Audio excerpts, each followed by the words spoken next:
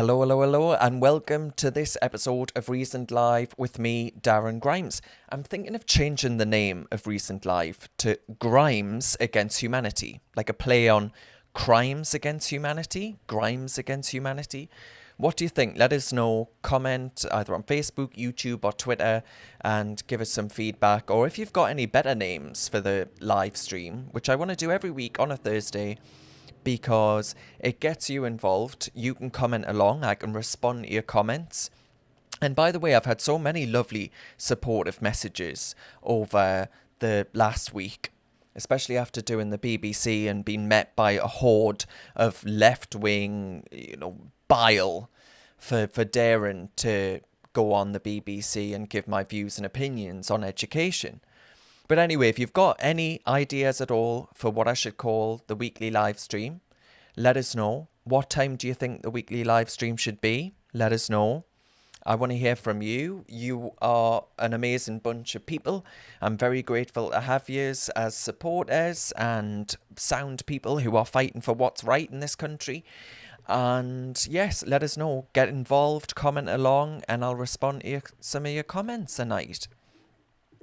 Right, okay, so let's get some news articles up. So, the first article I want to look at, fate of migrants entwined in Brexit talks as EU holds out on deal. Now, the reason I've selected this to have a look at is that how many times have we been told that the EU is what's needed to ensure that this country is nice, lovely, progressive, all of those things? And yet, the EU are using, it says here, so the migrants, the crisis at the English Channel, they could use it as potential leverage in wider Brexit negotiations. If the EU was this, bastion of liberalism and cared about the migrants and weren't, evil, nasty, backward racists like the UK is supposed to be, would they really be using this crisis as a bargain chip? I don't think so. What do you think? Let us know. But yeah, they said believing in an agreement on migrants was more important to Britain than the bloc's 27 member states. So does that suggest that the United Kingdom is a lot more liberal and progressive than the rest of the EU? Despite the fact we get told from the FBP lobby almost every single day that this country and this government and Brexit, the vote for Brexit itself, was right-wing, far-right. Are we now seeing that the UK is a hell of a lot more care and compassionate, all of those things, in wanting to stop the trade, the people trafficking at the English Channel than the EU? Extraordinary, I think. Absolutely extraordinary.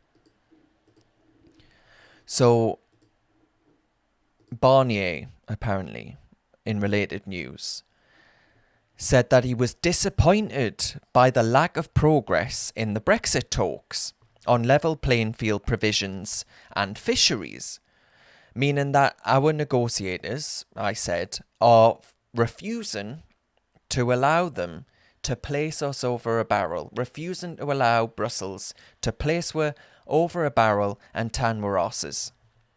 And I think that's right. I stand by that. How many times throughout the Theresa May years were we all really frustrated by the fact that she just capitulated over everything? I'm delighted to see that Boris Johnson and David Frost, who's the UK's chief negotiator, standing up for this country, standing up for British interests.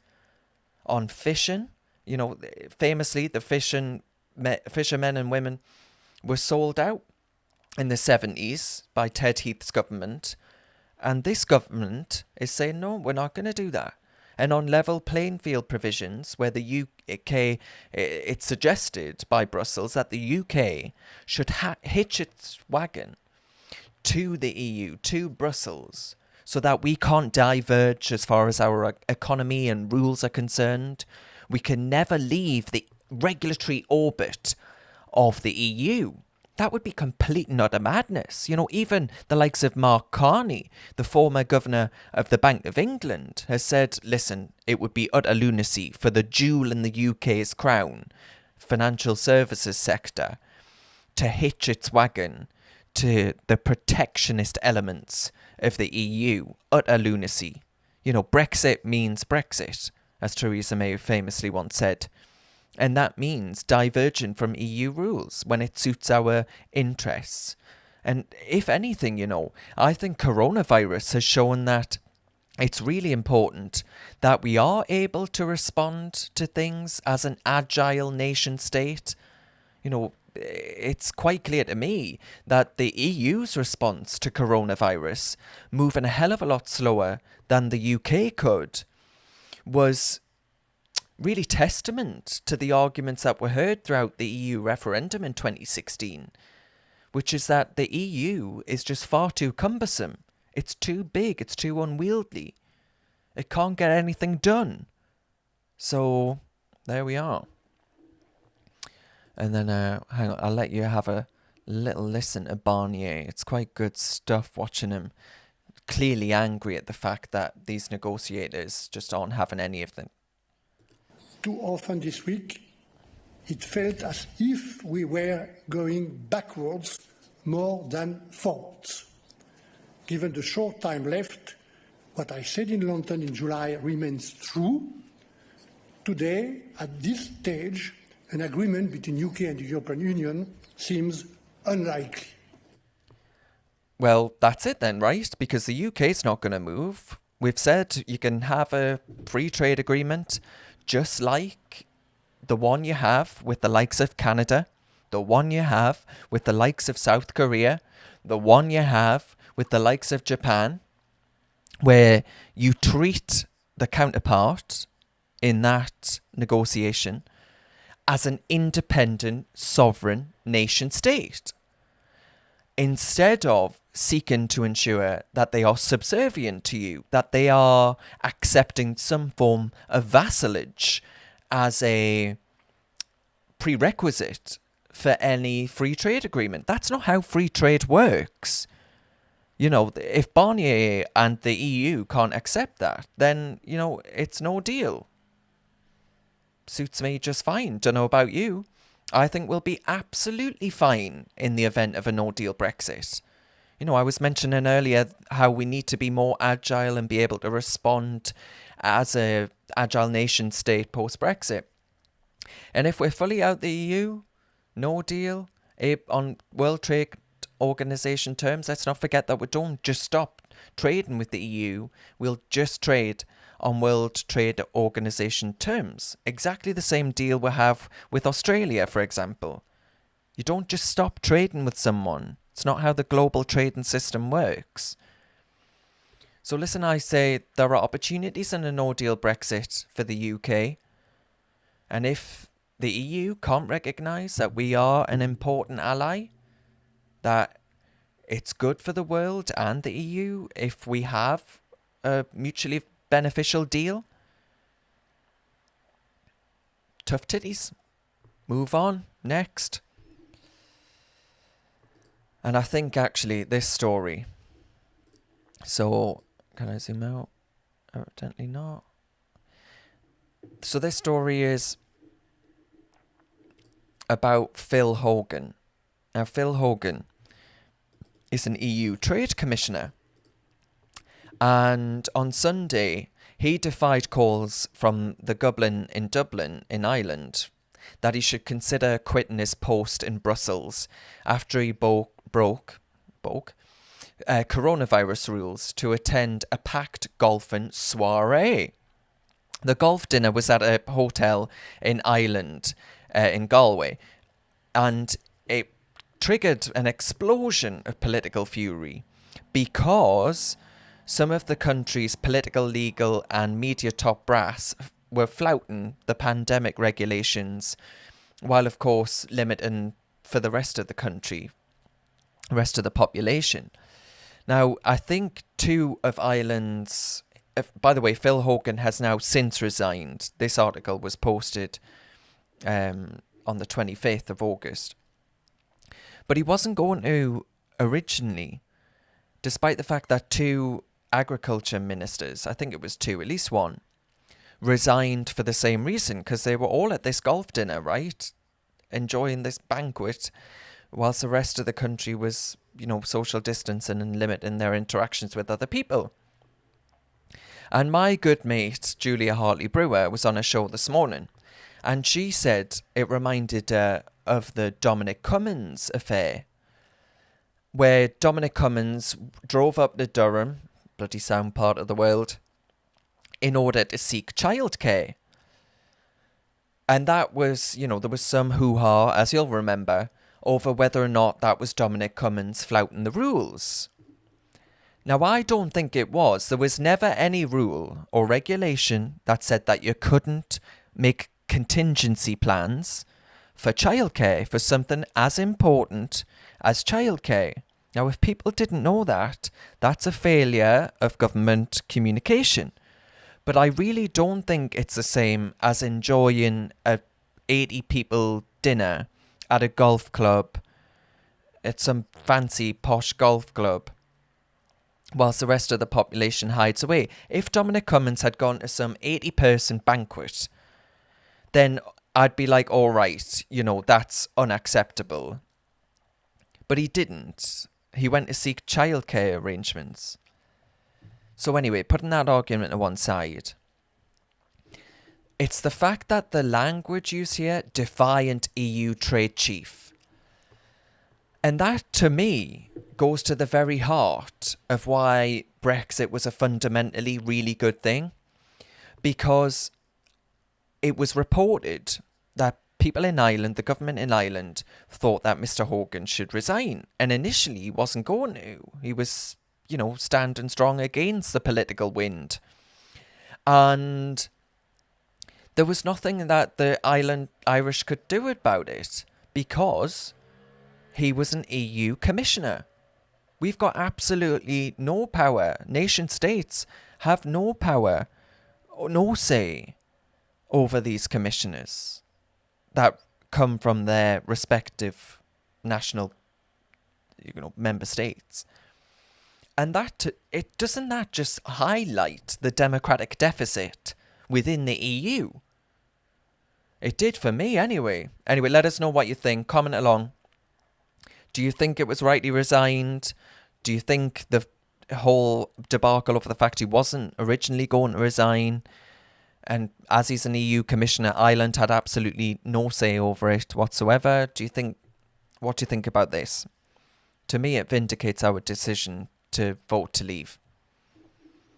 But let me know what you think. Oh, here we go. Right, look at this picture. Look at these bends. Now, I don't know if anyone can tell us, commenting along, where this picture's actually from. We're hearing a lot in the media, we're talking a lot in the media at the minute about kids going back to school. Which, by the way, I've been arguing all along, they should never have been out of school. You're more likely that your Ben's going to get knocked over walking across the road than he is to catch coronavirus at school. Or anywhere else for that matter. And even if they do, the likelihood that they're going to fall ill from it, there is no data, no evidence that suggests that that's a concern that anyone should be having. There were studies from Sweden, which famously didn't institute any draconian lockdown rules. Its schools remained open. They were fine. The kids were fine. Their kids were able to mix with their peers. They were able to get their education. They were able to go on and live normal, happy lives as children. Vitally important for a child's development. So important. So, I think these sort of measures though, even a kid putting on a mask, even a child, having to wear a mask. But never mind that, putting a box around them. No way, Jose. What's that going to do to a child's mental health? Utter lunacy.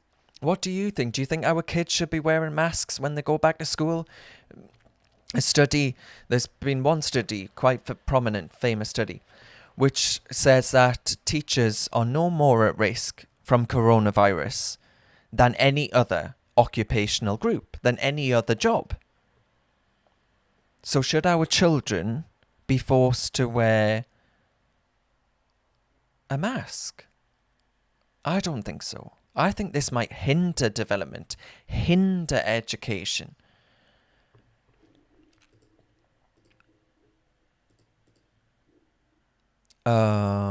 Here we go. Did you know? Drum roll, please. Drum roll. Where's my drum roll? Ed Davey has won the Liberal Democrat leadership election. And I think we should have a little bit of party noise.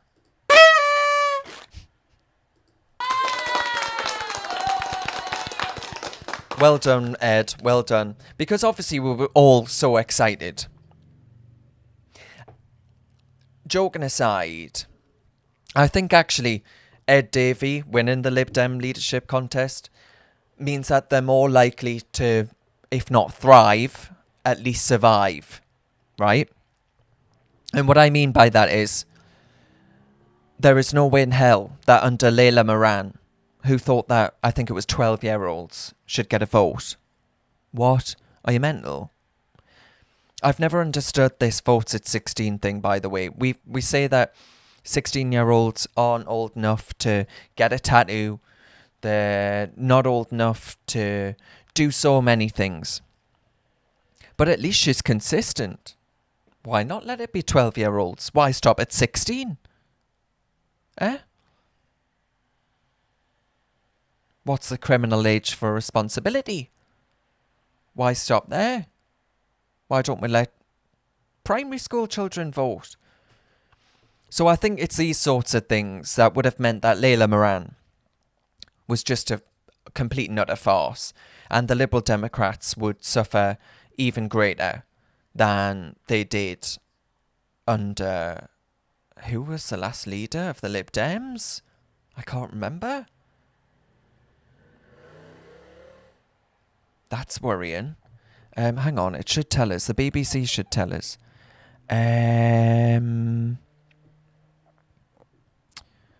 Who was the old leader? Jo Swinson. Yes, of course. Jo Swinson was the last leader. She's apparently left politics for good. And listen, if the Liberal Democrats were, one, liberal, right? They cared about individual responsibility, individual rights, and they were standing up against the overspending that we're experiencing at the minute. They were saying, hold on let's tighten the spending taps, because this is going to be a burden that the next generation have to pay off for the rest of their working lives. So let's hold off. That would be a liberal position on the economy, saying, look, the best way that we can unleash economic growth, unleash the potential of this country, is to cut taxes, cut red tape, the burden for businesses, ensuring that businesses post-COVID can get on with it, smash on, and build our economy back and build it stronger and better. They're not going to do that, though, because they're not liberal. The Social Democrats, the left wing, just to the right of Keir Starmer's Labour Party. Slightly, a smidge. On the left, though. So, they're not liberal. And, as I'm sure you'll all agree with me, comment along, let us know. They're not democratic either. Remember that vote for Brexit from the Liberal Party. Their response: we need a people's vote.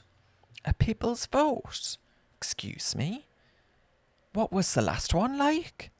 Am I not a person? Are 17.4 million people not people? Are we only people when it's metropolitan liberals that dwell in all of our cities?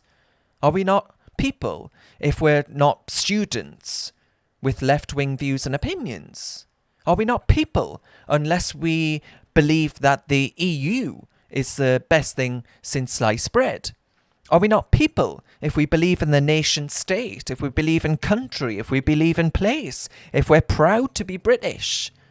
Are we not people?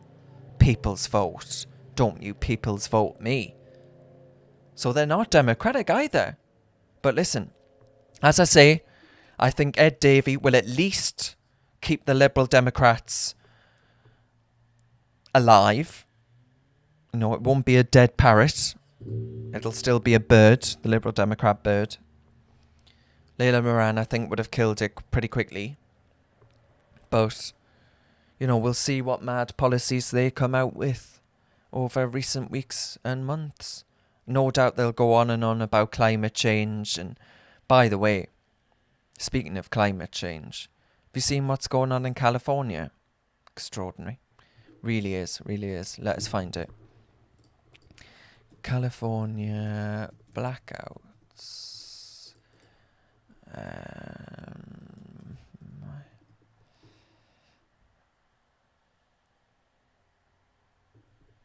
Mike Schellenberger. So this is a really great guy who you should all check out if you get the chance. He's got a new book out and I'm going to interview him soon. So if you've got any questions you want to ask him, send me an email, comment along, let me know. So he's called Mike Schellenberger and he's an environmentalist. He supports the broad aims and objectives of the likes of Extinction Rebellion. But, he argues, here why California's climate policies are causing electricity blackouts. So millions of Californians have been denied electrical power and air conditioning during a heat wave. A heat wave, by the way, in California, you're talking hot, hot, hot. If you think this summer in this country was hot, hell hath no fury like the heat in California. And people couldn't put their aircons on because they had no electricity. There were blackouts.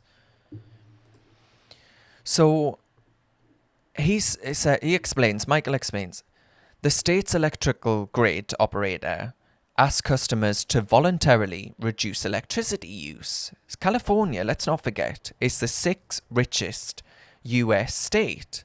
The sixth richest. If we were to suppose that the Californians went independent, it would be the sixth largest economy in the world. That's how big the Californian economy is, right? So keep that in mind. And yet, they're being asked to turn off the electricity, like we did in the 70s during the winter of discontent, when Margaret Thatcher had to take on the trade unions, who were bringing this country to a complete and utter standstill. Extraordinary. So it says the immediate reason for the blackout was the failure of a 500 megawatt power plant. So you think, well, why is that? California, really rich. What have they done? And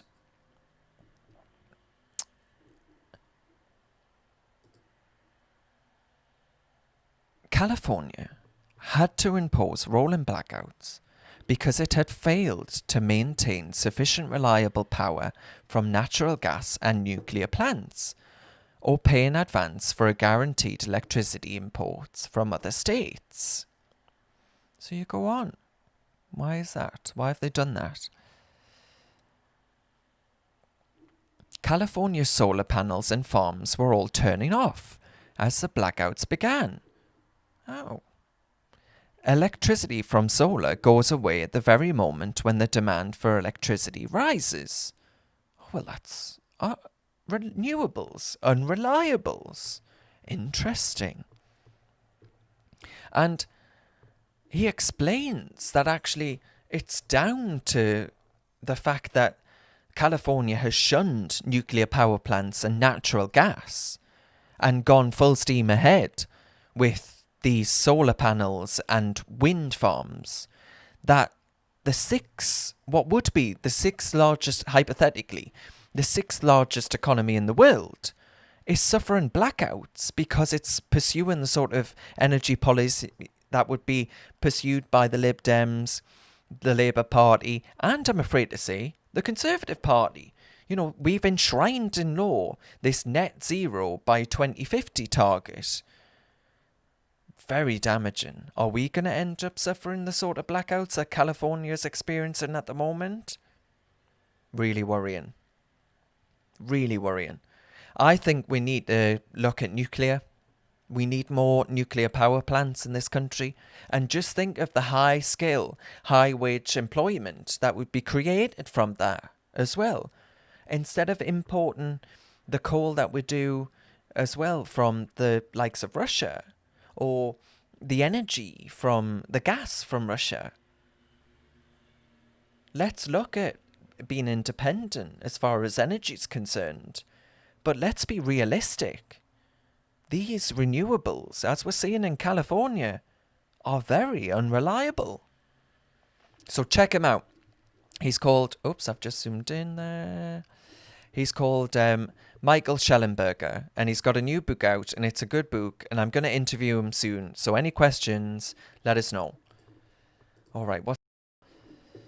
Here we go. Oh, I don't even want to. I can't be bothered. I'm going to. We've got 2 more stories, so stay with us. If you're still here, comment along. Let us know you're here. Let us know you're watching. Are you enjoying it? What do you want this live stream to be called? Subscribe to our YouTube channel if you haven't already, and go to our GoFundMe page if you can, and support the channel. Right. So let's have a look at this. Avanti West Coast. I think I've got that pronunciation right. So they're a rail operator in the west coast of this country. And they have posted this picture of their new uniforms. So you click. They've got their pronouns. They've got a trans and pride flag there. Rainbow lanyard. The full works. The full shebang. And I said on Twitter, I can remember a time when the pursuit of equality meant that, the aims of it were that we could be left alone. We as gay men and women, or trans people, men and women, could be free to live our lives protected in law and accepted by wider society.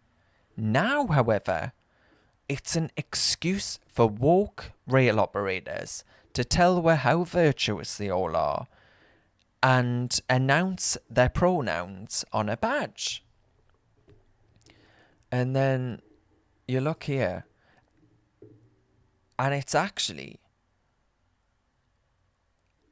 fully staffed by an LGBT crew, which must suggest that everyone on that, through discriminatory employment practices, are either lesbian, gay, bisexual, or transgender, or whatever the plus is. Don't ask me, because I'm not going to be able to answer your question. And I said this obsession with identity and discriminatory employment practices achieves the opposite of just allowing us to go about our lives in society, accepted by society, which we are now, by the way. Don't believe all the legacy gay media and the charities that want to keep the money coming in. We are accepted by society and in law. And the aims of equality were that we could just be accepted by society and be as mundane, have as mundane lives as everyone else. You know, we'd have boyfriends, husbands, wives, girlfriends, wear whatever clothes we want. And society would just shrug, and it does. But doing this sort of thing, painting a train with all the colours of the rainbow, hiring an exclusively LGBT plus crew, that doesn't allow us to just blend into society.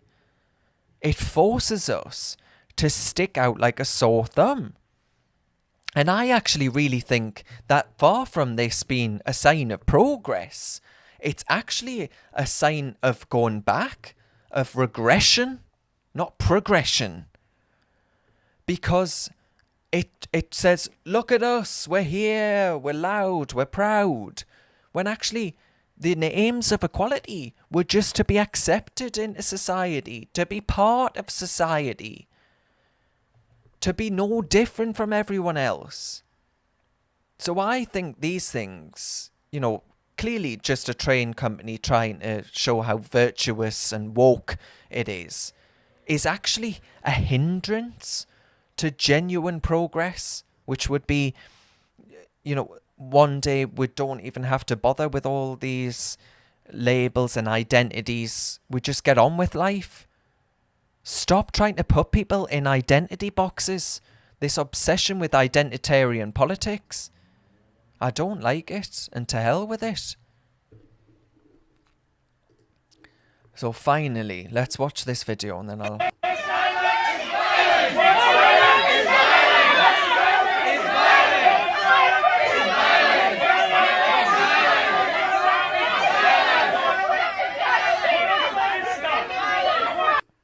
So that's in the United States of America. And it's a new phenomenon of the Black Lives Matter movement. And by the way, I think the slogan, Black Lives Matter, entirely laudable. Who couldn't believe that Black Lives Matter? Of course they do. Absolutely right. And if there are genuine cases of police brutality in the United States of America on the grounds of race, then protest, but do it either through the ballot box or on the streets in a legal way. You do not hound people enjoying a meal, trying to force them, and that's what they're doing in this video, trying to force them to raise the Marxist fist, raise your fist in the air. And if you don't submit to them, they'll scream in your face. The mob will gather around you as you're having a meal with a friend and try and force you to get to do that. And scream at you if you don't. Call you all sorts of things. And the looting, the violence that's going on in the United States of America. Law and order is really broken down. And actually, by the way, I think this is good news for President Trump. Very bad news for the Democrats, who are only just starting to speak about this because they're realising that it's eaten into the polling numbers. They're only just starting to recognise that this mob has been, the Black Lives Matter movement has been co-opted by extremists who resort to violence, looting, destroying livelihoods and businesses in some parts of America, in intimidating Americans as they're just going about their business, enjoying a meal. And there was another example.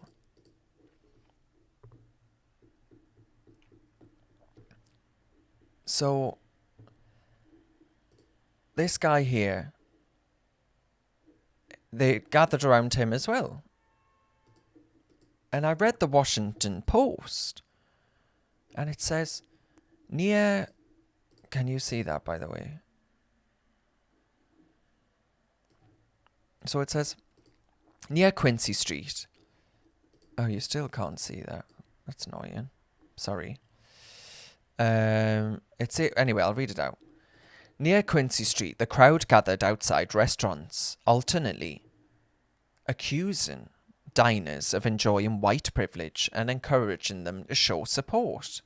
At one table, a young man who objected to the intrusion tried to explain that he worked for a non-profit organisation committed to addressing mental health care for black people and other underserved populations.